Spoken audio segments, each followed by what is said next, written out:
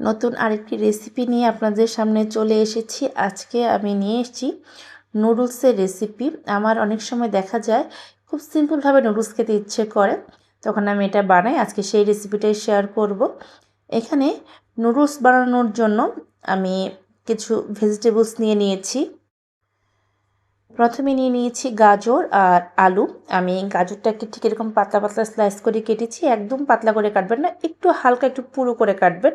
তারপর ওটার সাথে মিল রেখে আলুটা কেটে নিয়েছি। আজকে আমি দুটো সবজি দিয়ে করব। আপনারা চাইলে এখানে অন্য যে কোনো ভেজিটেবলস অ্যাড করতে পারেন, আর না চাইলে যদি মনে করেন যে না বেশি ভেজিটেবলস দেবেন না বা হাতের কাছে বেশি ভেজিটেবলস নেই, আপনারা শুধু গাজর আর আলু দিয়েও সেম রেসিপিটা করে নিতে পারেন।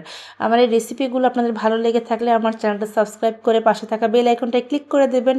এরকম নতুন নতুন রেসিপি সবার আগে আপনার কাছে নোটিফিকেশন চলে যাবে। কড়াইতে আমি জল দিয়ে দিয়েছি, পর্যাপ্ত পরিমাণে জল দিয়ে এই গাজর আর আলুটা আমি দিয়ে দিচ্ছি। এটাকে আমি হালকা সিদ্ধ করে নেব, প্রায় 80% মতো সিদ্ধ করে নেব এটাকে। আপনারা চাইলে এটা সিদ্ধর পরিবর্তে তেলে ভেজেও নিতে পারেন, তবে একটু সিদ্ধ করে নিলে কি হয়, এটা একটু হেলদি হয়। আমি খুব ভালো করে সিদ্ধ করে নিচ্ছি। আমি কিন্তু কোনো লবণ টবণ এখানে কিছু অ্যাড করিনি। ভেজিটেবলটা সিদ্ধ হয়ে গেছে। এখন আমি এখানে নুডলসটা দিয়ে দেবো। আমি স্টিক নুডলস নিয়েছি, একটু মোটা সাইজের স্টিক নুডলস বাজারে খুব সহজেই কিনতে পাওয়া যায়। সেটা আমি 1 প্যাকেট নিয়ে নিয়েছি। এটাকে মাঝখান থেকে একটু ভেঙে দিলাম।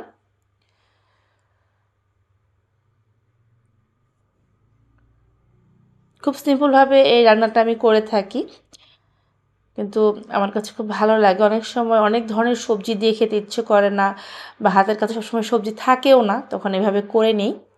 যারা নুডলস পছন্দ করেন তাদের তো খালি নুডলসও হয়ে গেলে তাদের পছন্দ হয় আর কি। এখন কড়াইতে তেল দিয়ে আমি এই সবজিগুলো, সাথে যে নুডলসটা সিদ্ধ করে রেখেছিলাম সেই নুডলসটা আমি এখানে দিয়ে দিলাম। দিয়ে তেলের সাথে খুব ভালো করে মিক্সড করে দিচ্ছি। আমি কিন্তু এখানে পেঁয়াজ বা কাঁচামরিচ আগে থেকে কিছুই দিইনি। এখন আমি নুডলসের যে এক্সট্রা মশলা কিনতে পাওয়া যায় সেটা দিচ্ছি।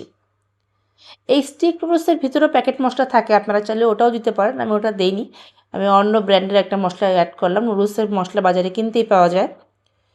এই মশলাটা আমার কাছে বেশি ভালো লাগে। এখন আমি সবজির সাথে মিক্সড করে দিচ্ছি। আমার যেহেতু ছোটো বাবু খাবে, এই জন্য আমি এখানে কোনো কাঁচামরিচ অ্যাড করিনি, পেঁয়াজও দিইনি। মশলাটাও হালকা পরিমাণে দিয়েছি। আপনারা আপনাদের টেস্ট অনুযায়ী মশলাটা কম বা বেশি করে দেবেন। আর আপনারা যদি শুধু বড়দের জন্য করেন, বাবুদের জন্য না করেন, সেই ক্ষেত্রে অবশ্যই একটু কাঁচামরিচ দিয়ে দেবেন আর একটু পেঁয়াজ কুচি দেবেন, তাহলে খেতে আরও ভালো লাগবে।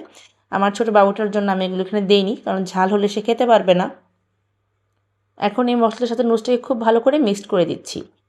এইভাবে কিন্তু বাচ্চাদেরও করে দিতে পারেন, তবে বাচ্চাদের করে দিলে মশলাটা অবশ্যই একটু কম